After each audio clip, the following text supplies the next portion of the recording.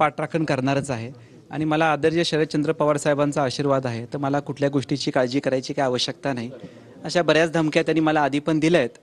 आताही ते ठीक आहे, ते आता संविधानामध्ये प्रत्येकाला अधिकार आहे असं बोलायचं, पण मी काय या गोष्टीला फार काही सिरियसली घेत नाही. म्हणजे नेमकं काय त्यांना साध्य करायचं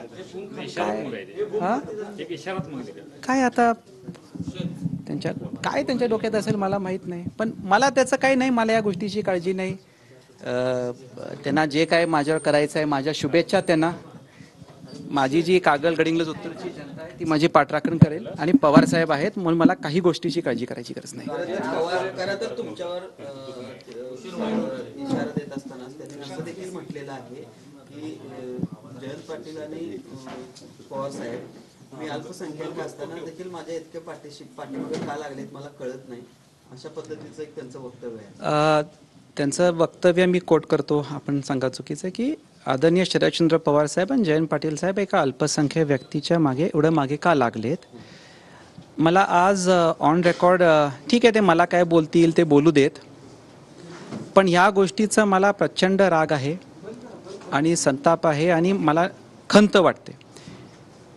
एवढ्या या देशाचे नेते आदरणीय शरदचंद्र पवार साहेबांचं एवढ्या वर्षाचं राजकारण आहे, हे आधी कुठेही विरोधी पक्षाचे कुठल्याही नेत्यांनी का कुठल्याही पार्टीनी असं बोलायचं धाडस कधी त्यांच्यावर केलं नाही, चूक केली नाही, जी आज माननीय मुश्रीफ साहेबांनी केली आहे. आज मुश्रीफ साहेबांनी आदरणीय शरदचंद्र पवार साहेबांना वर जातीवादचा आरोप केलेला आहे. मी या गोष्टीचं पूर्ण निषेध करतो आणि मी माननीय मुश्रीफ साहेबांना ॲड्रेस करताना मी कधीही मुश्रीफ साहेबांना साहेब हा शब्द वापरतो. ज्या व्यक्तींनी तुम्हाला जेव्हा ही सगळी पदं दिली तेव्हा अल्पसंख्याचा विषय नव्हता. ठीक आहे, राजकारणामध्ये आपण वेगवेगळ्या पार्टीमध्ये असू नसू, पण ज्या व्यक्तींनी जे तुमच्या वडिलांच्या वयावर आहेत त्यांच्या आता ह्या वयामध्ये जे कोणीही विरोधी मग त्यांच्यावर हे असे आरोप करायचं घोर पाप नाही केलं, तुम्ही करताय. तुम्ही आदरणीय शरदचंद्र पवार साहेबांना जातीवादचा आरोप करताय. हे महाराष्ट्र आपल्याला माफ करणार नाही. पुरोगामी विचाराची चळवळ तुम्हाला माफ करणार नाही. आणि आजच्या माध्यमातून तुम्हाला समरजी घाटगेला काय बोलायचे तुम्ही बोला, पण शरदचंद्र पवार साहेबांना जे जातीवादचा तुम्ही आरोप केलाय त्याची तुम्ही जाहीर माफी मागितली पाहिजे. खरं तर त्यांनी हा आरोप केला की अल्पसंख्याक असल्यामुळे माझ्या मागे लागलेत का, मात्र नितेश राणेंनी जे वक्तव्य केलेलं होतं मशिदीत घुसून आम्ही मारू गरज पडली तर, त्यावर मात्र त्यांनी बोलणं टाळलं. मी याच्यावर बोलू इच्छित नाही असं म्हणाले. म्हणजे दोन विरोधाभास नाही, त्यांनी आज आदरणीय शरदचंद्र पवार साहेबांना डायरेक्टली टार्गेट केलंय. म्हणजे आज ठीक आहे, त्यांनी येऊन सभा घेतली, काय झालं त्याच्यामध्ये. भारतरत्न डॉक्टर बाबासाहेब आंबेडकरांनी संविधानामध्ये प्रत्येकाला अधिकार दिलाय ना. का तुम्हाला असं वाटतं की कागल माझी प्रायव्हेट प्रॉपर्टी झाली आहे म्हणून कोणी गैबी चौकात येऊन सभा घ्यायचं धाडस कसं करतं. तर ज्या माणसांनी तुम्हाला क्रिकेट त्यांनी आली सभा घेतली आणि त्यांनी आपले विचार मांडले, त्यांच्यावर तुम्ही आज हे डायरेक्ट पवार साहेबांना टार्गेट करायचं धाडस करताय. मी ह्या गोष्टीचा निषेध करतो. अल्पसंख्याकांचं आता नाव पुढं करून आता राजकीय जातीय राजकारण चालू केलं असं वाटतंय का. जातीचं कार्ड त्यांनी काढलेलं आहे, आता काय त्याचं इम्पॅक्ट. शेवटी हा जातीचा कार्ड ईडीच्या रेडवेळी वापरला होता, आठवत असेल आपल्या सगळ्यांना.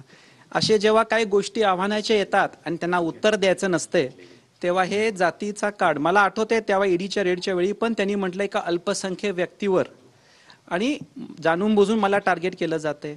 पण त्याचं काय झालं पुढे. त्यांनी ह्या बाजूला आपल्या वडील पवार साहेबांना त्यांच्या ह्या वयामध्ये ज्यांनी त्यांना ही सगळी पदं दिली त्यांना सोडून ह्या बाजूला आले. म्हणजे ईडीचे सगळे ते आरोप बरोबर होते का असं त्यांनीच सिद्ध केले. तेव्हाही त्यांनी जातीचा कार्ड वापरला, आताही ते जातीचा कार्ड वापरतायत. तुम्ही जातीचा कार्ड वापरा, ते तुमचा इश्यू आहे, पण आदरणीय शरदचंद्र पवार साहेबांना जातीवादचा आरोप तुम्ही करताय, दिस इज रॉंग. कागलची ही लढाई राजा विरुद्ध प्रजा किंवा नायक विरुद्ध खलनायक आहे असं देखील ते म्हणाले. राजा विरुद्ध प्रजाचा असा विषय असेल तर 2009ला संभाजीराजे छत्रपती पण उभारले होते ना. शिवेंद्रराजे पण राष्ट्रवादीमधून उभारले होते, उदयन महाराज पण उभारले होते. जर राजा विरुद्ध प्रजा हाच ट्रेंड आहे असं ते म्हणतात तर ह्याचा अर्थ असा आहे का की 2009ला त्यांनी संभाजीराजे छत्रपतींचा ठरवून आतून पराजय केला? बरोबर आहे ना?